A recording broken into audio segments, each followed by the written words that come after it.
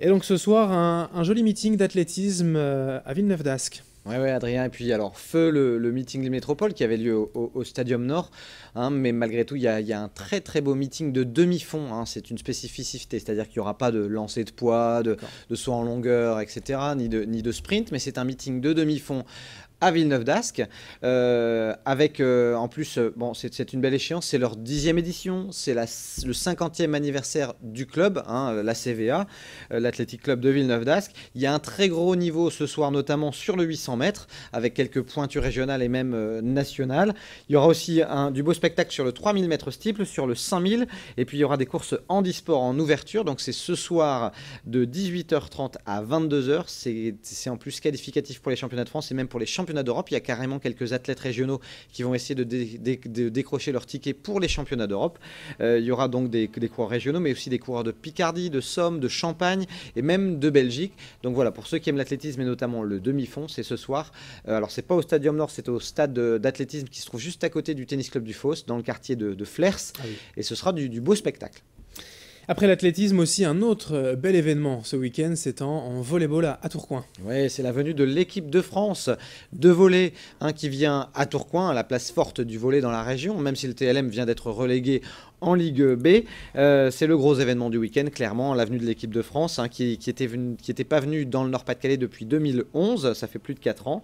C'est carrément un match de Ligue mondiale, c'est ce dimanche à 17h, c'est l'occasion de voir jouer les Bleus qui ont été 4e lors des derniers championnats du monde, l'occasion de voir aussi jouer Nicolas Maréchal qui est en équipe de France et qui a porté les couleurs de Tourcoing pendant quelques années.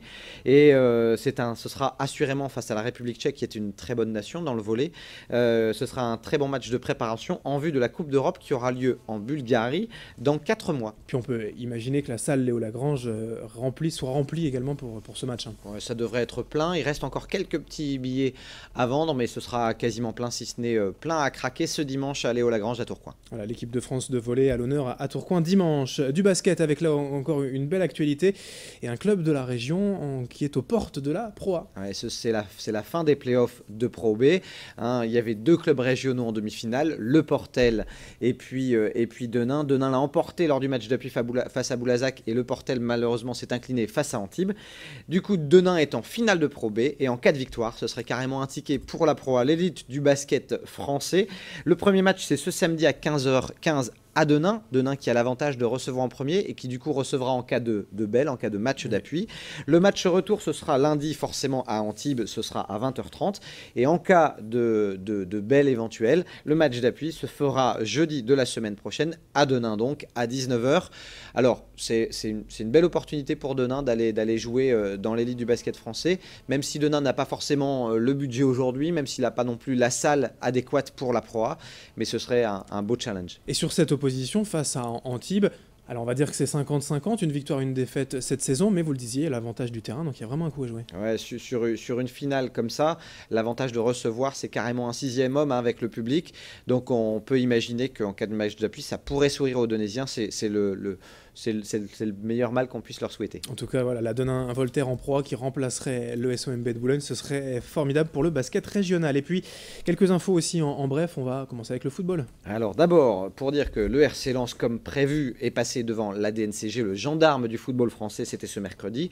Gervais Martel a eu quelques jours de répit pour trouver des liquidités en plus. Alors il a présenté volontairement un budget bas, un budget très raisonnable, mais qui nécessite des liquidités rapidement.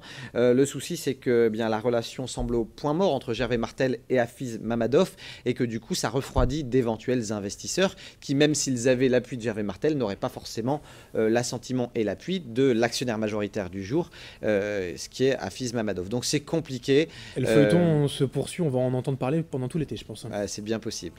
Allez, en football toujours, mais du côté cette fois de la Ligue 1 et de la métropole lilloise, le LOSC, sur le marché des transferts, quelques infos. Oui, notamment un attaquant qui est en vue. Le LOSC serait très intéressé par Karl Toko, vous ne le connaissez peut-être pas, c'est un attaquant socialien, il a 22 ans et il a brillé cette saison en Ligue 2 avec pas moins de 14 buts marqués. Attention, le LOSC est en concurrence avec Montpellier et quelques autres clubs sur ce joueur, mais Hervé Renard aurait lui-même téléphoné à Karl Toko pour essayer de le convaincre de rejoindre l'aventure lilloise. On la suite au prochain épisode. Oui, Hervé Renard, qui était l'entraîneur de Sochaux il il y a 2 ou 3 saisons et qui a dû forcément bien connaître ce jeune attaquant. Du football, on passe à la petite reine avec du vélo aussi ce week-end. Oui, pour vous dire qu'il y aura les boucles cyclistes du canton de Trélon à Bèves et Eppe-Sauvage ce week-end, les 13 et 14 juin donc.